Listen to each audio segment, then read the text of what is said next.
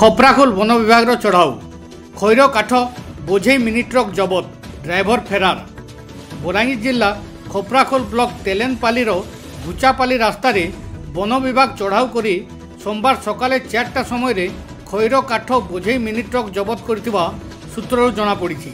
সূচনা অনুসারে তেলেনপালিରୁ ঘুচাপালি রাস্তায় এক খৈর কাঠ বোঝেই গাড়ি যাওয়া বেলে বিশ্বস্ত সূত্রରୁ খবর পাই খপ্রাখোল বন বিভাগ চড়াও করিଥିବା বেলে খৈর কাঠ বোঝেই মিনি ট্রক কু ছাড়ি অভিযুক্ত মানে ফেরার মারিଥିଲେ।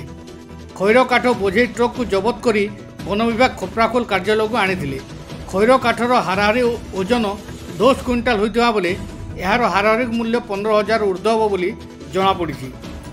चढ़ाऊ बेले खप्राखोल वनपाल सुधीर कुमार जेना नेतृत्व में वनरक्षी राजेन्द्र धरुआ और वन्यजंतु सुरक्षा दल सामिल थे। एने वन विभाग एक मामला रुजु कर खैर काठ मिनी ट्रक गाड़ी को जबत होता बेले सहकारी वन संरक्षक तथा हरिशंकर भारप्राप्त वनांचल अधिकारी अरविंद नायक सूचना देते। पाटनागढ़ मिर्चा न्यूज टीम ब्यूरो।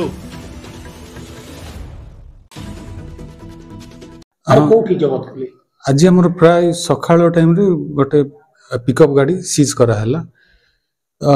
से खैर काठ प्राय 10 क्विंटाल लोड करके नौला। चढ़ो बेल को कौन है से ड्राइवर गाड़ी छाड़ी खसिकी पलैला।